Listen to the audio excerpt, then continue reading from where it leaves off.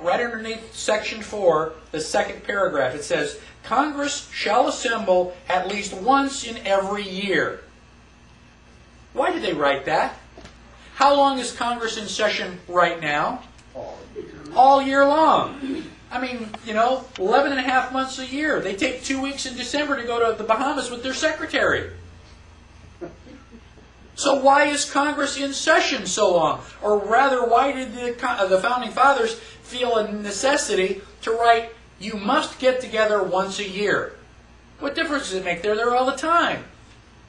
Well, maybe they didn't expect Congress to be there all year long. What is Congress supposed to do? Where is that listed? It's listed in Section 8. Let's go to page 23. In the middle of the page in your book, little booklet, Constitution booklet, says, Section 8, Congress shall have power to lay and collect taxes, duties, imposts, and excises every April 15th for anything they want. Isn't that what your book says? I have a different copy. What does your book say? To lay and collect duties, imposts, and excises, to pay the debts, provide for the common defense, and general welfare. End of story. If they are collecting taxes for anything other than that, it's unconstitutional. They can't do that. Now, Section 8 gives a list of 18 things that Congress is permitted to do. It's a privilege that we give them. Let's look at some of them. They can borrow money. They can regulate commerce with foreign nations. Establish a uniform rule of naturalization. Coin money and regulate the value thereof. Provide for the punishment of counterfeiting. Establish post offices. Promote the progress of science. Constitute tribunals to define and punish piracies. Declare war. Raise and support armies to provide and maintain a navy, etc., etc. 18 things. Those are the things that Congress is given permission to do. Anything that Congress is doing that is not in that list is by definition unconstitutional. Take a quick check. Show me Board of Education.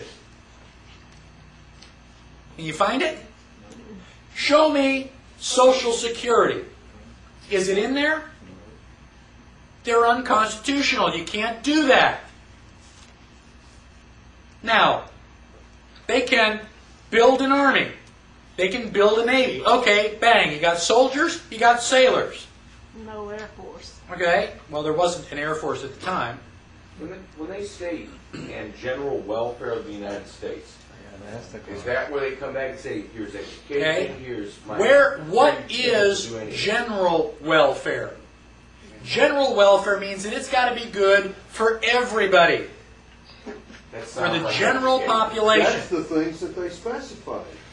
Like the Patent Office and the Trademark Office, those are the items of general welfare. They're enumerated specifically. Now, handouts for food stamps or free housing and all that, is that general welfare? No, not unless everybody gets it. That is not general welfare, that is specific welfare. And that's where they've twisted these words around. What about public education? I'm opposed to public education. I'm in favor of everybody being really smart. But in 1953, we established the Department of Housing, Education, and Welfare. During the 1950s, students in the United States were #1 in math and science. Russia was a distant #2. We were so far in first place that we didn't even have to worry about it. Everybody was sending their boys and girls to the United States to get a good education. So now we've had the Department of Education for about 50 years. Can your kids read and write? If they can, it's not because they went to school.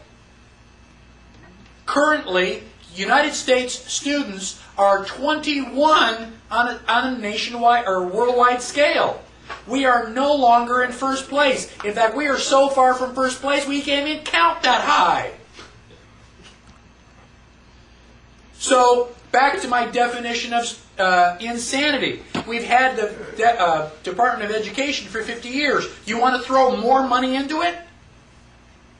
No, let's eliminate the Department of Education. Let's start teaching our kids something. Homeschool them. They have a National Spelling Bee every year. The last 4 years in a row, the winner of the National Spelling Bee was homeschooled.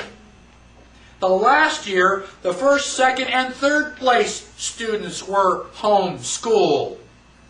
You have to be a rocket scientist to figure this out? Your kids are going to school and coming back stupid. Take them out of school so they learn something. Congress is supposed to create an army. They did. They're supposed to create a navy. They did. What are they going to do next year? Well, you don't have to create an army. You've already got one. You don't have to create a navy again, so you can cross those two off the list. You're supposed to create post offices. Well, okay, we did. Maybe this year we got one more. Okay, we've got it. Now what? Well, there's not much else they're supposed to do. Go home! That's why the Founding Fathers put in that article about you've got to get together at least once a year. How often do we elect our representatives? Every other year. The Founding Fathers were paranoid that we were going to go to Washington, get elected, have a big celebration, and then go home. And never come back. They don't want the ship of state traveling without somebody checking in. And so they said, you got to check in at least once a year. That all by itself gives you a strong clue that Congress is doing more than they're supposed to. Go home.